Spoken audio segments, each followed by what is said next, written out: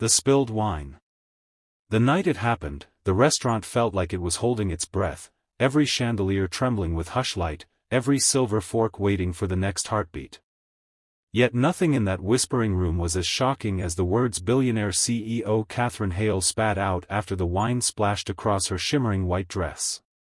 Words that would, by dawn, unravel a secret older than the boy I'd raised alone. But I'm getting ahead of myself. Before the truth broke open for everyone to see, it began with a moment so unbelievable that I still feel the echo of it vibrating in my ribs. It started like this. Catherine Hale, America's youngest self-made real estate billionaire, pointed at me, her voice cold enough to freeze sweat mid-drop, and said, "I know who you are. And I know what you did." And right there, hovering in the gasps of diners and the shudder of my own pulse. Megaphone, before I tell you what she meant, make sure you like this video and subscribe to the Kindness Chronicles. It helps more than you know. Now let me pull you back into that moment, where the night split open and everything I thought I understood about my life, and my son, became something else entirely. I was late. That was the first omen. Being a single dad means moving through life like a circus juggler with one hand tied behind his back, and tonight that meant sprinting from my old Honda to the employee entrance of Le Dancing Sparrow, our city's most pretentious French restaurant. The kind where the menus don't have prices because if you have to ask, you shouldn't be there. I hung my coat, knotted my apron, and told myself, one dinner shift. One night closer to college money for Liam. My 17-year-old was at home studying, probably falling asleep on his calculus book again. He had my eyes, his mother's smile, and the kind of quiet strength that feels like a candle glowing in the ribs. At least, that's what I thought at the time. When I stepped onto the dining floor, the whole team was already buzzing like shaken bees because Catherine Hale herself was seated at table 13. The Catherine Hale, every magazine cover, every headline, every rumor. Half the staff was terrified of her, the other half worshipped her, but all of them agreed, spill anything near her and you might as well turn in your apron. So of course fate placed me as her server. Her assistant stood like a marble statue behind her. Catherine herself sat poised, as if her spine had been carved from moonlit steel. For a moment, I thought nothing about her except don't mess this up, Daniel. I approached with a bottle of Chateauneuf du Pape so expensive it probably had its own accountant.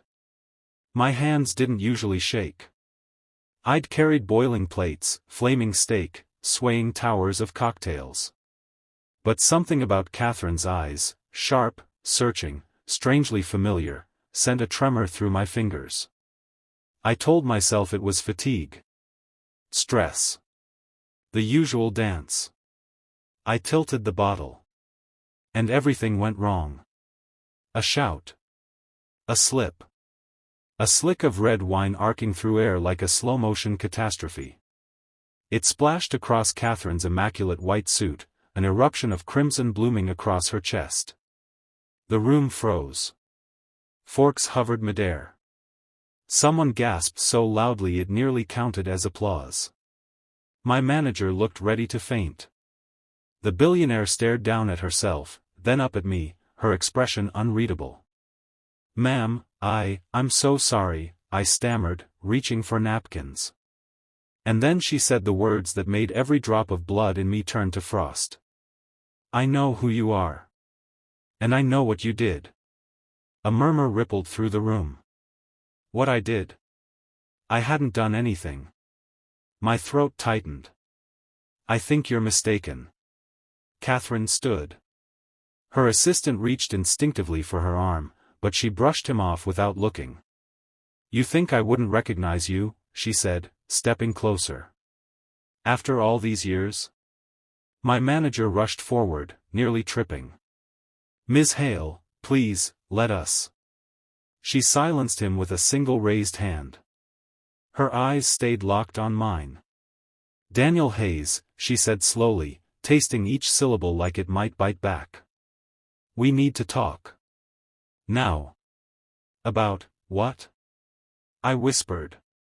Her gaze flickered, anger, grief, something else swimming beneath the surface. About your son. A cold wind tunneled through my spine. My son? What? She took a breath, steady, deliberate. Liam Hayes. 17. Straight A student. Part-time library assistant. My lungs forgot how to work. How do you know? Because, she said, voice tightening with a barely contained tremor, he should have been mine. Silence fell so heavy I could hear my pulse hammer in my ears. I laughed nervously. This is a misunderstanding. Liam is my son. He's. She cut me off. He's my son biologically. The room seemed to tilt. Someone dropped a plate, it shattered across the floor like punctuation. I think you have the wrong. No, she said. I don't. Her assistant stepped forward. Catherine, please, don't do this in public. But she ignored him.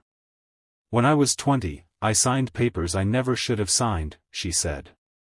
I spent 15 years looking for him, only to learn he'd been adopted illegally by a private agency. That someone had switched his records. That someone had taken him. I stared at her, the world narrowing into a tunnel of disbelief and fear. She took a shaky breath. And that someone was you. My knees nearly failed me. Me? No. No, I swear, I never. Don't lie. Her voice cracked like thunder hidden inside velvet. I have proof. And then she pulled out a folded document from her clutch, slid it onto table 13, and stepped back. I couldn't read it. The words blurred behind the heat stinging my eyes. But I recognized the agency's name. The one we'd used to adopt Liam after my wife miscarried twice and nearly lost her life the third time. The agency that shut down 10 years later for record tampering and fraud. My heart roared in my chest like it wanted out. I didn't know, I whispered. I swear to you, I didn't know. Catherine held my gaze, her face carved with years of absence and ache. You expect me to believe that? My wife, she was dying, I whispered. We were desperate. They rushed the paperwork. They told us the birth mother approved everything. We trusted them. I would never steal a child. For the first time, doubt flickered in her eyes. The assistant leaned toward her. Catherine, what if he's telling the truth? Her jaw clenched. He still took my son. I opened my mouth to respond, but a sudden commotion exploded at the entrance. A voice. Breathless. Desperate. Dad. Dad, someone called me. They said you needed me.